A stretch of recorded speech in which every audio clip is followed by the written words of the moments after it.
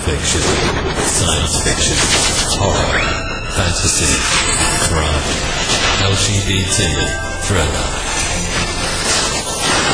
You have now entered the House of Mystery with your hosts, Eric Shapiro, David North Martino, John Copenhaver, and Al Warren. On 106.5 FM Los Angeles, 102.3 FM Riverside, and 105.0 AM Palm Springs. Welcome back into the House of Mystery. I'm Al Warren. It's another action thriller day because we've got Mr. Joe Goldberg in the house. I'm in the house. I just came in the house with my arms full of tomatoes. It's that season, you know. Tomatoes. Well, that's not very action-orientated. You're like grandma. Oh, those are... Never know what the tomato plant's going to do to you. You know, like a poke. No, it's that season, man. Everybody's carrying tomatoes around to their neighbor's house. You're definitely like a grandma now. You know, I am. What kind of action thriller CIA spy is that? It's the kind who picks tomatoes, goes in and takes a nap because he bored himself out picking tomatoes. Yeah, you know, and the squirrel's winning. I know you know that. Don't let me talk about him. The squirrel is a ninja. Yes, I will not discuss my squirrel situation and my rabbit situation. That's where we need Eric because he's got the weapons. You got to call in the man that knows how to do this. Yeah, the body man. I got to call him in to take care of my pest issues. Yeah, there you go. Mr. Eric P. Bishop is here to solve Joe's issues. Well, thank you, Alan. I've just learned a good thing, too. If we ever want to take Joe out, we don't have to actually infiltrate his house. We just have to infiltrate his garden and inject his tomatoes. Go for it. This is perfect. I've learned a lot. Yes, there's a plot line. Sounds like a Columbo. Just call the squirrel up. Squirrel has him contained, no problem. There we go. It's not taking a whole lot to keep him going. That's right. Don't touch my vegetables, Al. Don't touch my vegetables. No, I only touch when I'm asked. And we continue on. So, Mr. Eric P. Bishop, so what are we talking about here? So now you wrote The Body Man, and how did that come about? Let's start with that. Yeah, absolutely. I love telling the story. So the title is what normally grabs people, and the funny thing about it, in that title is I was doing a job on a Friday night, you know, like you have to do when you have a family sometimes. You have to have an extra income, and I was doing a cleaning job. I was in between books. I was working on finishing one up and kind of editing it, and I wanted a new story. So I got into that office space one night and turned the alarm off, and I kind of had this thought run through my brain, and it was kind of a weird one, but the thought was there's always someone who knows where the bodies are buried. That made me ponder what was going on with my mind, of course, but I answered my own question. Who would know where the bodies were buried? Well, it would be the body man. That then took me in my brain to a story I had heard on the news that involved President Obama and a man named Reggie Love, who the media kind of dubbed the body man. And I kind of realized quickly that probably wouldn't be an exciting story since Reggie's job, from what I could gather, was mainly to hold the president's BlackBerry and get him what he needed if they were out and about and set up basketball appointments and all that kind of stuff. So my brain kind of said, well, what if the role of what if there was an actual role known as the body man within the White House, but what if that job was not to, be an assistant to the president or even protect the president? What if that person's job was to protect the office of the presidency, even if that means from the current office holder. So that kind of got my mind running for about 3 hours while I cleaned, and I can't say I got the full story in my brain, but I got a good concept of what it was going to become. And, probably took me I don't think I started writing it for almost a year, thereabouts. I did a lot of research and planning and stuff, and it took a while to write it. But that was kind of the formation of the body man. So how do you get into developing what kind of character that body man is going to be and what kind of duties they're going to have? Because you don't really have someone you're following, or do you? Well, it's the House of Mystery, Alan. I can't tell you if it's based on someone real or not. I can't reveal all my sources, Alan.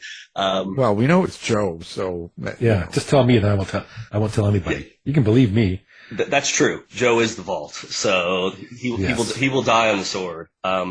No, just a lot of what everyone, you talk to, obviously you probably talk to a lot of writers, and, any writer you talk to is going to kind of have maybe some core standards they follow, but a lot of variety. So for me, when I come up with a full concept or come up with an idea, it normally starts with the title or a working title, and then I just kind of build around that central story. And I normally spend months. I've gone as long as spending a year and a half, just kind of going back in my brain or going in my notes that I keep of, okay, what do I want for a character? And I always start with pretty much a main storyline, but then I start building my protagonist. So for the Body Man, it was, what would this person, what would their official duties be like? I researched as much as I could. I researched a lot of Secret Service because I wanted this person to kind of come from that realm of the Secret Service world. I wanted them to have the knowledge of protection, but not necessarily have that be their primary job responsibility at that time. The way that they were protecting or would be protecting that role is protecting the actual concept of what the presidency is. And that's something that I think, we were talking offline about politics and just how crazy things can get. And at least from American standpoint, I know there's lots of countries out there, and most people obviously love their country, as they should. But definitely for quite a long time now, well over 100 years, the United States has been really a force out there in the world. And the presidency especially has, at least for quite a period of time, been seen as kind of the leader of the free world. And you get a lot of people in that office. They could, of course, they're probably all flawed and some very flawed. What happens if you have a president that's going to besmirch the office, really take that role down, which probably people would say is a common occurrence. So that role is to keep that from occurring in Eric P. Bishop's world of the Body Man. When you cover a topic like that, and being that it's so sensitive or it's a touchy issue nowadays, how do you address that without setting off half your audience? Very good question. So the first draft I did, and I won't say which way I went with the draft, but I had some I have a good group of beta readers. And I have some people that are really close to me, but they're also fortunately not yes men. They're not sitting on my shoulders going, "Oh, that's the greatest thing I've ever read." They flat out tell me whether I hit the nail on the head or whether I just plain stink. So one of the first passes I got from one of my people, I will say, is that's not going to fly. You got to tone the president down. Really over the top, really mimicking a current political leader, basically. So I had to change a lot with the second draft and pull a lot of that out and make it more of a centrist type character where I'm not necessarily showing my hand, whether it's a person on one side of the aisle or the other. Yeah, because you don't want to alienate half your office. My ultimate goal is to tell a good story. That's what gives me the joy, and that's why I do this. But absolutely up there too is I want to sell copies. So to tick off half of my audience would be pretty stupid on my part. It's a fine line, absolutely fine line. No, you're stupid. No, that's not a fine line. That's true. So I know you said this in your answer, your first answer. I want to make sure I get it clear. You came up with a title. I do the same thing and kind of work around it. But at that point, do you build your character? Or do you say, here's my plot, and the character will define themselves as I go along? What came first? Plot, storyline, or character? Plot definitely came first. Plot did come. I knew before I got done cleaning that office that night, it was that Friday night, I knew the direction where I was going with the story. I knew a very high-level beginning, and I knew a fairly definitive end, and it didn't change. It didn't really change over the course of several years between the development and the actual writing and then rewrites. So the characters, and then during that time though, once I kind of, some people, Joe, I think we've talked about this online. Obviously there's the plotters, there's the pantsers. I most certainly, and when I first started writing in 2014, because I wrote 3 books before The Body Man. So it was actually my 4th completed novel. It was just the first one to actually get someone willing to publish it. And when I first started, I was 100% a pantser. I flew by the seat of my pants. I didn't have a clue what I was doing. And when I finished that first book called Vengeance, I couldn't believe no one wanted to buy it, which was crazy to me. And it was probably because I didn't know what I was doing. And so I had to learn along the way to refine my processes. And I'm definitely not an outliner now, but I'm much more into spending time creating the world before I start writing. But I leave a lot of blank space in there. I know for some people, I've gotten to know Kyle Mills a little bit, who really brought Vince Flynn's character back to life after Vince untimely passing. You know, he writes an outline that's probably a half to a third of a novel. There's so much detail and so much information there. So he can, I believe if I recall, you know, he gets up one morning and he'll be like, I'm going to write chapter 43 today. And he's got notes on what chapter 43 is and he writes it. And the next day or next time he writes, I'm going to write chapter 24. And he goes and writes chapter 24.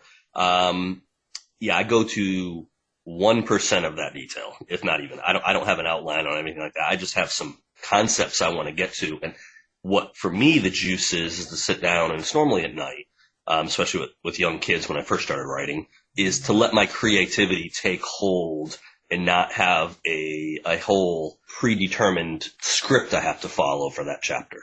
Well, do your characters come to you as you're writing then, or do you have an idea of them also? As I'm working through the story, like early on when I figure out what my plot's going to be and like kind of which direction I'm going to go, my brain will start kind of telling me, okay, you're probably going to need, like, you know, for the Body Man, I knew really early on I was clearly going to have a character called the Body Man. Who would that be? The first thing I thought of, just to talk about that character for a second, is that you can't have someone with the president or keeping an eye on the office 24 hours a day. So it has to be, at first I thought it's got to be a minimum 2-person job. Maybe it's going to be 6 people. Maybe it's going to be more. But then I didn't really like the fact that there'd be a lot of people learning a lot of intimate secrets of the office. So what I decided to do at that point, I said, you know, this is a very complicated job for someone to accept, but this is a 2-person role. So you have a Body Man who's ultimately responsible for the protection of the office. But you always have an apprentice. And the apprentice is learning the job. And they're kind of do shifts, not a job for the faint at heart, not a job for someone that has a family. That's kind of outlined in the book when they discuss kind of the role. But I figured out that, okay, and then once that Body Man steps away, and I talk about it more in the book, but once that Body Man steps away, the apprentice steps in, and a new apprentice is assigned. And so it's kind of this rotation that occurs. So those are those little things that as I'm thinking through the story, I'm immediately thinking, well, I'll need a couple Body Men. Okay, I'm going to need some FBI characters. How many FBI characters will I need? Will I have other characters that are going to be necessary? So it's kind of just along in the process and then as I actually get down to write it, a lot of times is when I start thinking through names or really specifics on, you know, a bio kind of on the character. I've had it before ahead of time, but not always with some of the novels. Well, then what does the role of setting play as you're putting together that plot and those characters? Is it important to you, or is it just something to help move the story along? It's important. What I try to do for setting, obviously with something like the Body Man, as our primary example, that's clearly going to have a big setting that takes place in Washington, in the Oval Office, in the White House. So the setting for there was kind of almost predetermined by the idea of the story. And the Body Man's been out for almost 2 years now, so I can give out some secrets. But I needed some other settings to take place that were in locations a little bit more, I'd say exotic, but not really. Like one of the spots of the story is I need a place that is outside the United States where torture can take place. And so the funny part about that is I didn't know where to do it. So I've been fortunate early on in my career, in a career of not being, you know, a bestseller or anything like that, just, you know, a writer trying to make it in this. I have gotten to know some bestsellers and gotten phone numbers and contact, and they've been really generous with me. So at one point in particular, when I was working on the Body Man, I had met Brad Taylor several times in New York. I had go down to some of his signings in Charleston. And he was very, very supportive. Like if you need anything, you know, had his phone number. So I started texting him one day and I was like, okay, I think I'm going to make this place where the interrogation takes place. Cause I'd done research on where I could put it. And of course the President Obama made black sites illegal, which are, you know, these sites done in other countries where enhanced interrogation and all kinds of stuff happens. But I said, well, if they're going to be illegal, they're still going to happen. So who's going to do them? Well, there's going to be other outfits out there that we can outsource to. Well, where are they going to operate? And I wanted a place close to the continental United States, but obviously, you know, outside of our border. And I thought, I had read an article just through all my research and stuff of oil platforms, abandoned oil platforms being used in the Gulf for really nefarious purposes. And the first thing I actually read they were used for was for humans trafficking. And that made me think, as I was kind of doing research, well, if one was abandoned for long enough or was not checked on often enough, you could use that for almost a detention center where people were doing torture or something. So actually I reached out to Brad with a few questions. He thought it was a great idea to hold the location there. And he was actually helpful where later in the story, when you have to actually extract the body man who's been kidnapped from this location, of how do you get him out? And I couldn't think of it for the life of me. And I had a few ideas and I sent them to Brad, and no, that's not going to work.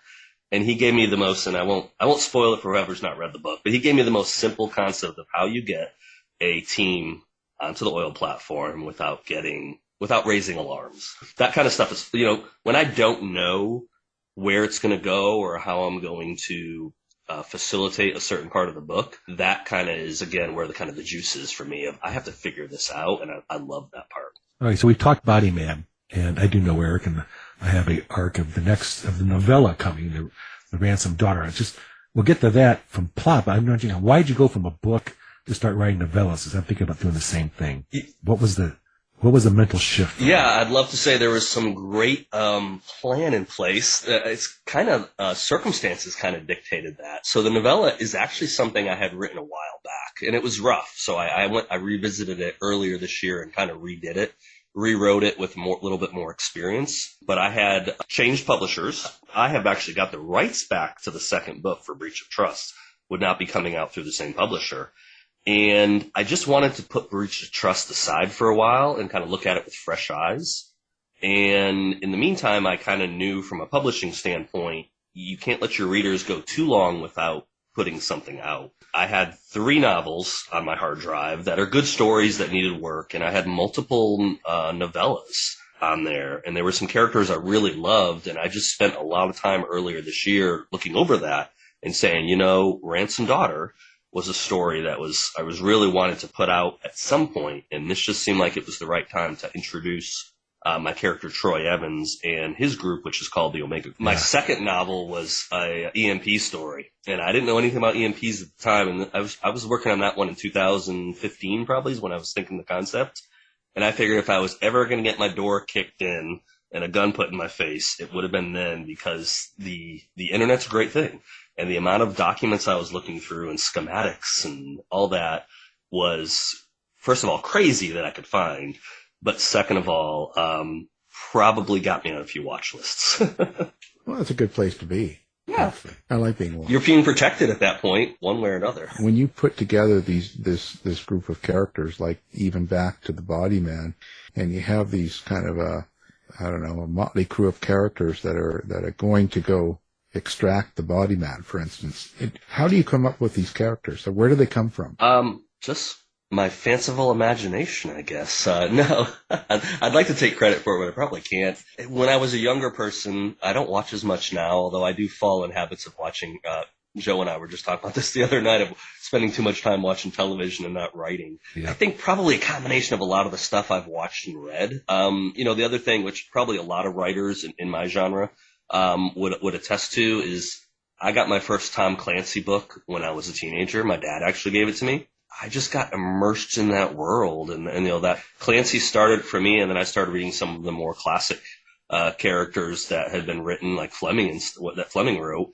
I wasn't really familiar with it before then, and then that kind of just sparked that interest, and so I've really devoured a lot of that over the years. So when it came time to start writing, which I'll say this, it wasn't something I just picked up in 2014 when I wrote my first novel. I actually started right after college. But the other thing I'll break out real quick and just say this thing is, like a lot of people, I started it and I never finished anything. So even to this day, on my computer, I have 2 folders. One's called Books and one's called Old Books.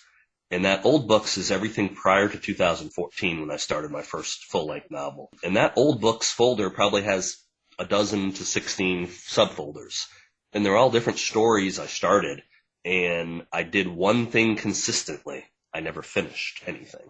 And that was kind of the catalyst in 2014 to myself to actually start something and put a bow on it. Whether it was published or not, I wanted to finish a novel. And that's kind of my encouragement to people that I keep trying to go back to, especially in podcasts.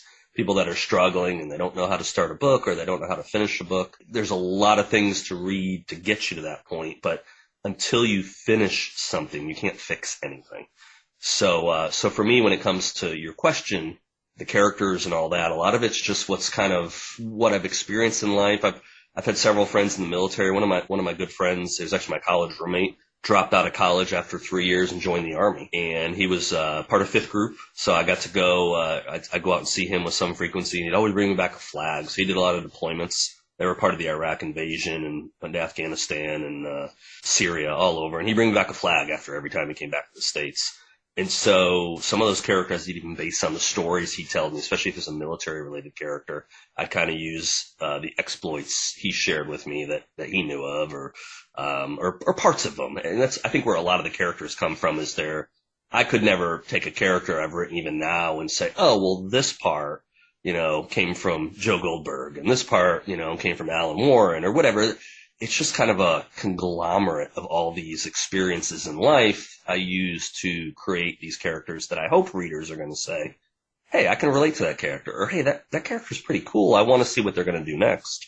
Or, hey, you just killed the character I liked. So, sorry, I have to do that sometimes. Well, when they're the big stud that knows judo and karate and all that stuff, that's got to be after Joe Goldberg. Of course. Right. Of course. Characters. Well, that's why I asked about character, because as one of our previous guests we interviewed once, and I took it to heart, is people remember characters and they forget plots. So absolutely. I ask a lot of questions about character because it's the most important thing. You say Vince Flynn and Mitch Rapp and that, that. I can't tell you what book 7's plot was, but I remember the character. 100%. And Mitch Rapp would be probably the example, because I've actually read all the Mitch Rapp novels up to the whatever will come out here in a couple of weeks, Kyle's last Mitch Rapp endeavor. I haven't read all of Tom Clancy, the one that had been done Clancy. I actually haven't read the ones that were done after Clancy died. I think part of that was Clancy to me was on such a level as a young person that I didn't want to read other people's interpretations of his characters. And I know some of the guys that write his characters, and they're great writers. I read their other stuff, but I haven't read the Clancy stuff. And I almost did the same with the Mitch Rapp character, because Mitch, I kind of had my thriller, Mount Rushmore, and Mitch Rapp and, Jack Ryan were kind of like on that Mount Rushmore for me, or especially the authors, were. But I picked up the first novel that I think was The Survivors that, Kyle did after Vince's passed. And it felt like Mitch Rapp to me. And I wanted to read the next one and the following one. But I completely agree. I couldn't tell you many of the Mitch Rapp plots, but I can tell you what Mitch Rapp as a character is like. So characters definitely, I think, are what ingrained. Because the other thing, too, with plots is there's a lot of ways to tell stories, but, a lot of times plots have at least similar themes to them. No matter what the big bad guy is, there's going to be a big bad guy. And something bad is going to happen to someone good. They're going to lose something.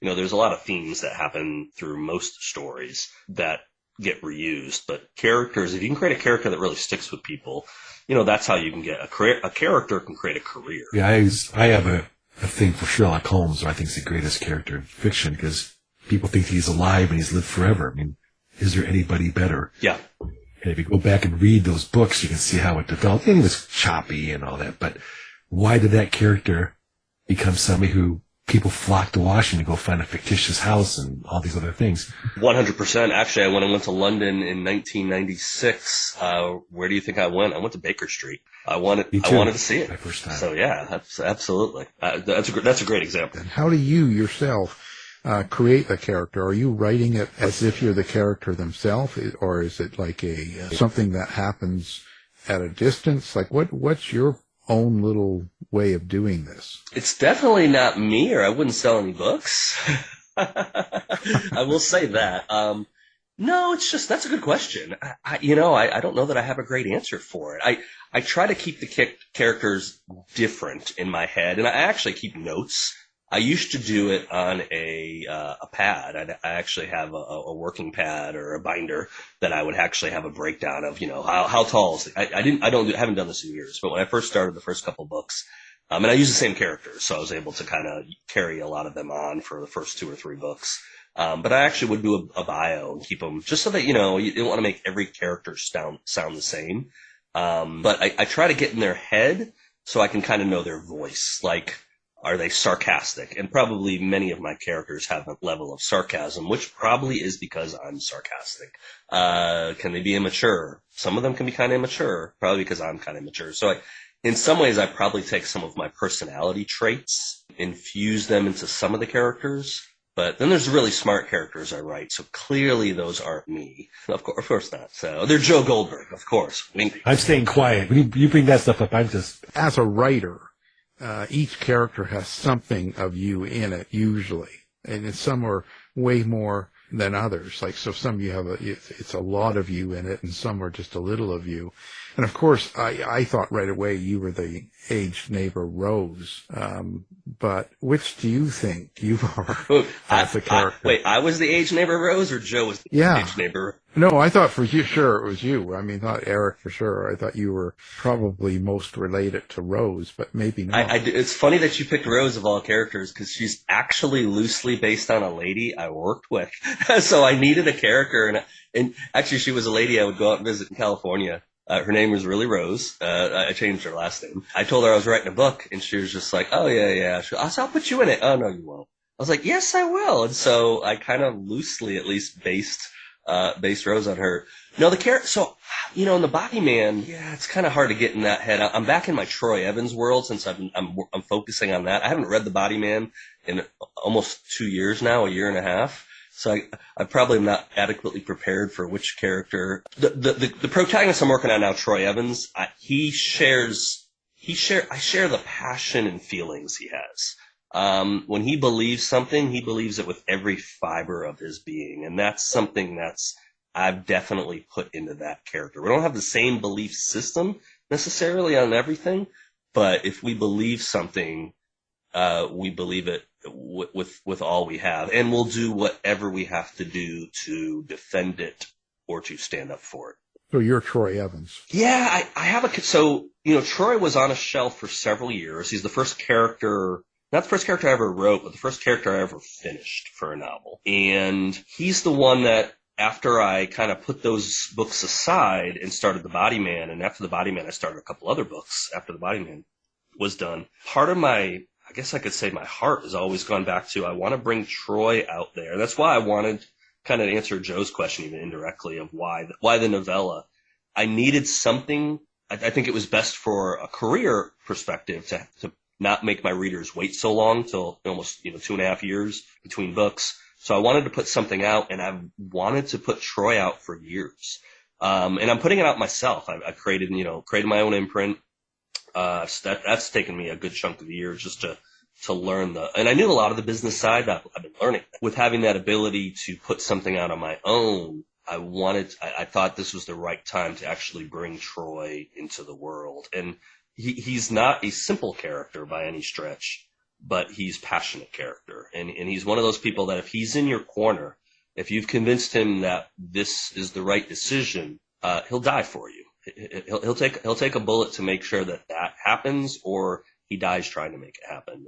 But the other thing too about him that I like, and when I wrote him from the get-go, is I have a lot of, like I've talked about, the Jack Ryan books, the Mitch Rapp series.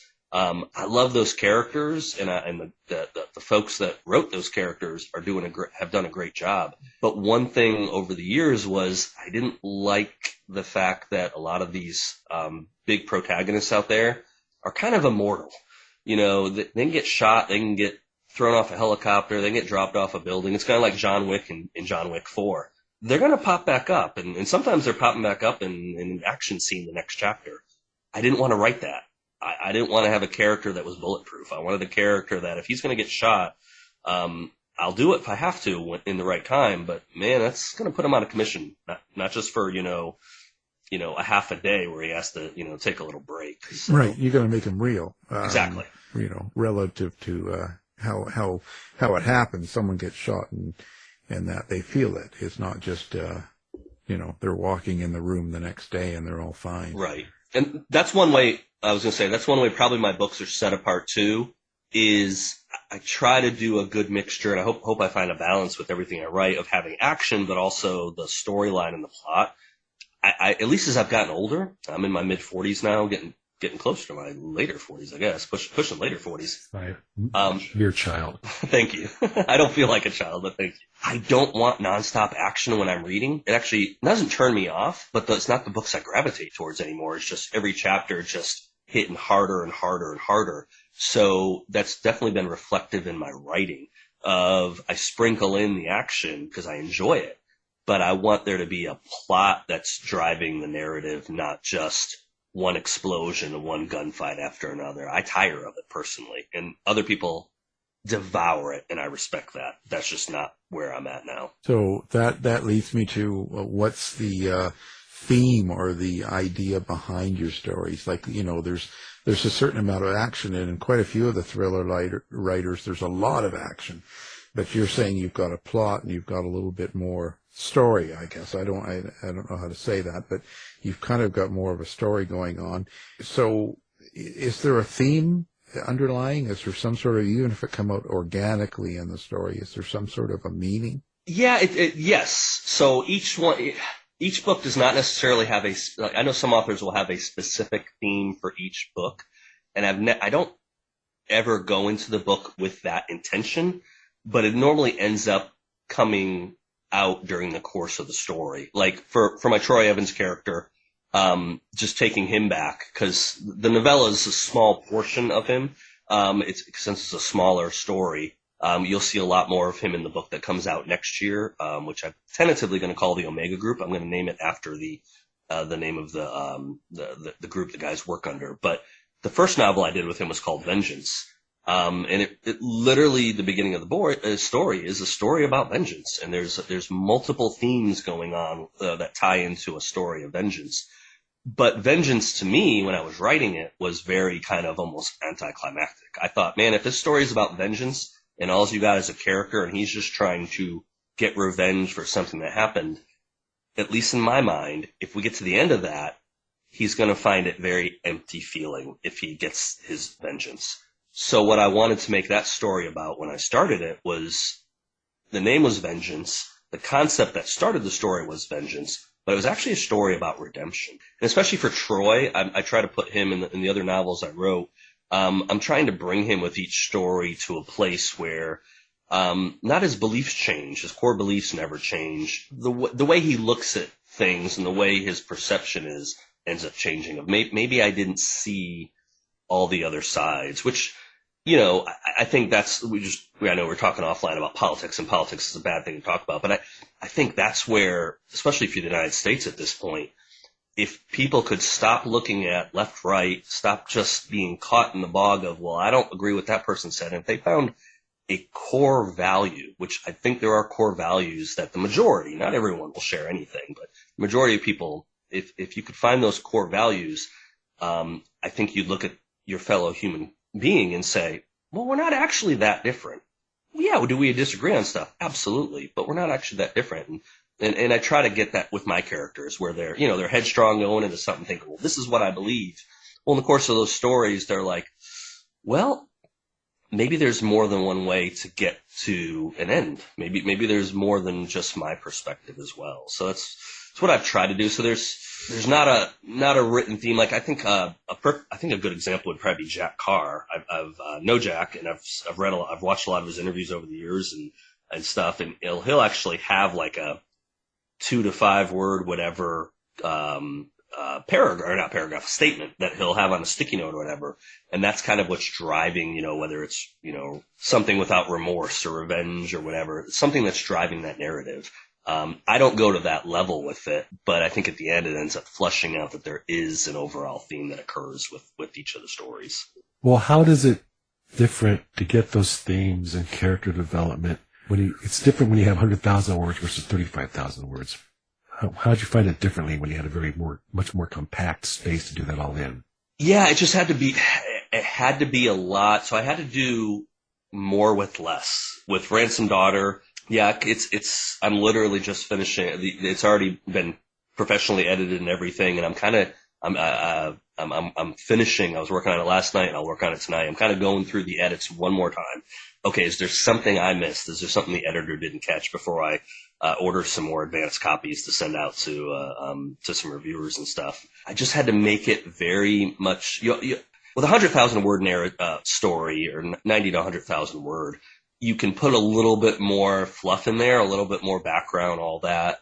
With Ransomed Daughter, there's not much of that. So I just had to it's not action packed from first page to last, or, every page between they're action packed, but the story itself had to be very tight, very succinct. It's just what it sounds like. It's a ransomed daughter. So that, the beginning of the story starts and you have a young girl that's been taken. And, this is an abduction that you immediately find out is for money, which, as a father, I have a daughter, I have a son. It raises some questions of what would you do, to protect those you love. And in this particular story, the father is very wealthy. He was, he had won and lost many fortunes, but he came out on top and hit it big in the oil fields in Texas and sold out. So, his older children kind of had to pay their own college, and they kind of had it rough. Well, his oops child, his last child, his daughter, she grew up with money. So money wasn't an issue. So when this ransom takes place and he's told to pay the money, kind of the no-brainer is he's got the money to pay, but maybe paying the money isn't the right answer. And he's also warned you can't go to authorities, kind of giving some list of do's and don'ts. One of them is just basically pay the money or your daughter is going to perish. And he decides to go a different direction with it. Lets her perish. Of course. I mean, why would she's, Yes. He's got a lot of money. He can just have another child. It's fine. Yeah, just go by. He's got the older ones. He'll be fine. Yeah, he's got the older ones. What did you have to change, or what did you feel you had to change in this original story to make it publishable? I just had to tighten it up. So when I wrote this several years back, I grew as a writer. Joe has the fortune of not having probably read my earlier stuff. And so I think I had good plot lines to start with. I had kind of good stuff, but I didn't know how to say the things I needed to say. I think I rambled on a lot. I know I did a lot of head hopping. I did all the things that the agents and publishers will tell you. If you want to get published, you can't do this. So this one wasn't too bad because it was a smaller story. So it wasn't having to reinvent the wheel, but I just had to fix a lot of my things. And just as I had developed the last couple of years, especially with The Body Man and Breach of Trust, which is the follow-up to The Body Man, after those two stories, I had just kind of figured out my voice a little better, I think, and how I told the stories. So I had to make sure that same voice was kind of put into Ransomed Daughter. That it was the story has remained the same, but how I told it, I had to do a fair amount of change. I think I added, I'm trying to remember what it was when I started it in January, February. I think it was probably in the mid to high 20s. So I probably did add about 10,000 words. But part of that was because I think I had several sections where I just left things hanging. I kind of didn't give the readers enough of a reason to turn to the next page. And that's one thing that I learned early on with The Body Man, trying to get a publisher and trying to get an agent and everything. With that was, I've kept learning all along, but one of them is don't give the readers a reason to put the book down. You want to be able to write something so that they do stay up at night and they flip to the next chapter. They don't go, okay, I'm done for the night. No, you want them to go read the next chapter. You want to end on a not a cliffhanger every chapter, but a reason for them to turn the page to the next chapter, hopefully before they even go to bed, which I didn't normally do that way. I would leave it more of, and he had to do this. And, okay, well, that's not, so I had to turn it more into a dramatic, give him a good reason to turn the page. So I definitely had to do that with this one. So you keep the reader awake all night, and then they're grouchy when they get to work the next day because of you. They're Joe Goldberg the next day, yes. Yeah, they'll blame you in the review. This book kept me up all night long. I'm really tired, I'm tired. What? As long as they leave the review, I'm okay with that. It'll be a 1 star. I got tired reading this book, staying up all night reading it, turning every page. You'll never get to sleep reading this book. Read Joe's book if you want to. Yeah, read my book. I am fighting that right now going through the last drafts of Devil's Own Day. It's beginnings and endings of chapters. Set the scene, and don't give them a reason to put the book down. Every chapter, and that's the one thing I've been focusing on, like a hawk. Hence, it's easy to get lazy. Yeah, absolutely. Doing those things. Well, I think Joe would probably agree with this too. Is we kind of it's a double-edged sword, but Joe and I find ourselves in a world where you've got really, really good writers. They're doing such a great job that you have to compete. You have to put together a good book where I'm not knocking it, saying 30 years ago you could dial it in, but you didn't have the level of competition. You didn't have Amazon KDP. You didn't have all the things that are out there now, which in many ways are blessings. But if you're trying to build an audience, in many ways they're a curse because, people have thousands of other people they can just grab one of their books. So, what sets you apart? Well, your writing has to set you apart. Your character has to set you apart. And yeah, you've got to build. Each chapter has to stand on its own, and you can't just have a filler chapter that's keeping people going from 31, 32 to 33. You could skip 32. No, you got to make it so that you can't skip chapter 32. That's an integral part, and that's keeping the readers, moving forward. So let's talk about that. How do you interact with readers, or do you? Is there social media, website, bars? Where do people find you?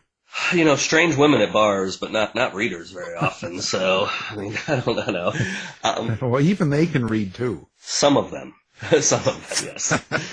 No, actually, that's a joke because female readers that's the biggest demographic, really. Even for thrillers. Females love, I think years ago, at least the stereotype would be, a woman wants to read a romance novel. Yeah, maybe years ago, but not the case now. Women are extremely sharp readers, very, very intuitive on picking up on thrillers and what works and what doesn't work. So Joe knows. One thing that I learned early on, Alan, is when I'd written that first novel, which Vengeance in 2014, I thought I was on Easy Street. Hey, I wrote a novel, someone's going to publish it, and I'd quit my day job at some point. And then the rejections started, and the rejections happened for many years, but those first 2 years, a lot of rejections happened. And finally, one of the agents actually got back to me and with the story, and they said, not a bad story. I think you got a lot of promise here. What's your social media presence? And so I emailed back this author or this agent, and I was like, social media, that's for suckers. What do people do social media for? And they were kind of like, when you have 10,000 Twitter followers, email me back. When you have a website that's getting, traffic, email me back. And so 2016 is when I think January of 2016 is when I actually started building the social media platform and using, all the major ones over the course of the last several years for sure. But yeah, that's the best. Again, it's a blessing and a curse. It's the best way to interact and to find new readers. But unfortunately, all those moments you spend on Twitter or Facebook or Threads or TikTok or Instagram, those are minutes you're not writing a book.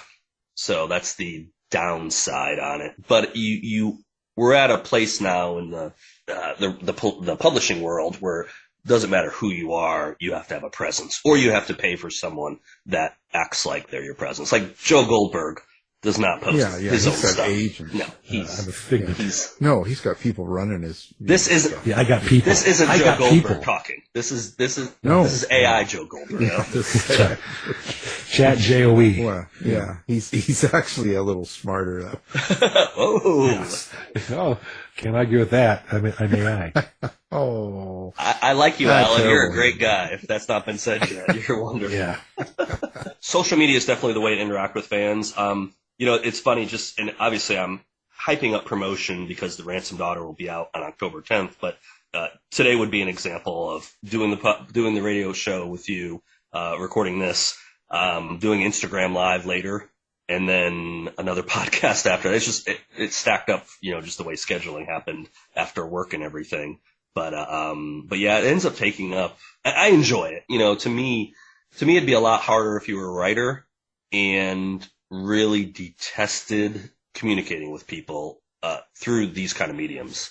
That would be a lot harder. I do enjoy it, I will say, but it's definitely, it makes it harder to get novels done for sure. Well, it's better in some ways. You don't have to leave your home. You don't have to go out and do as many appearances when you have social media. So it's kind of good in that sense. 100%. And, that's one thing that obviously COVID restrictions and just what happened for, 18 months, 2 years was that a lot of that type of stuff obviously just happened via remote capability through Zoom, what we're talking on now. And I'm sure the publishers in some ways appreciated it. It's one of those things where to have that face-to-face and have an author come to your bookstore or come to your library or whatever, I do think that there is a value in that. But on the other side is you can reach a lot of people by using these mediums as well, and you don't have to worry about plane flights and hotels and all the other things. So there's the financial savings of being able to do this. And you can clearly, like something on with the NBC radio program, you can reach a lot of audience with just having the ability to talk on this platform. Yeah, and you don't have to wear pants. I'm not. Well, there you have it. We had the body man with no pants. We couldn't do that live. The lower body man. The lower It would be just the upper body man, actually. So the upper body man. There you go. Al prefers the lower body man. Well, generally, yeah. But, hey, you never know. Joe's going below the belt on that one. I don't know about that. Oh, Trump up. All right, you're in bad connection here. Time's up. Have a nice day. Well, okay. So let's get this. So what is your website now? We'll get it up for people and have people find you. Yeah, awesome. So my website is my name, ericpbishop.com. The P in the middle is my middle initial, Paul, actually. So you could think of the Beatle or the Apostle, but ericpbishop.com is where they can find me. Fantastic. We'll have that up, of course. People can find it one click easily. The latest book coming out in October will be, what's it called? Ransomed, a Troy Evans novella. And you're going to keep going with Troy in the future and kind of go back to the body man? Is that how you're going to do it? Yeah, so as of right now, I'll come out with I've got 2 completed books that they need professional editing and all the other things that you have to do to put it out, which will start in after I finish up the promo for Ransomed. But so next year, the first thing that will come out earlier will be Breach of Trust, which is the follow-up to the Body Man series. And then later in the year, come out with what I'm tentatively titling the Omega Group right now, which it's not the follow-up to Ransomed, but it's a continuation of those characters. And yeah, I'm going to try for a period of time. We'll see how long I keep my sanity. I'm going to try to maintain those 2 stories going. And then I'm working on a couple other. The Body Man world, which I really feel like I kind of created some characters and I designed it that way so that they could have some offshoots. Like Eli and Kat are the FBI agents in the Body Man. And I even leave the last chapter. The end of the book is kind of them getting ready to go. They get a phone call and, there's a case, there's something for them to do. Well, that is its own novel, which I started, but I didn't get very far. It got put aside with all the other promotion and everything else I've been working on the last year and a half. But I have a story for several of those characters, and I'd kind of like to take these books and, intertwine them, these different characters and just have a world created, and hopefully the readers will join me and enjoy what's been done. Well, fantastic. We appreciate you being on the show. Eric P. Bishop, thanks a lot. Thanks, Alan. I appreciate your time. Thanks, Joe. See you, Eric. Bye. You've been listening to the House of Mystery radio show. To find out more about our guests, hosts, or shows, go to www.houseofmystery.com. Show's over for now. Was it as good for you as it was for me? Yeah. Good night. This has been a production of Something Weird Media. I'll be back.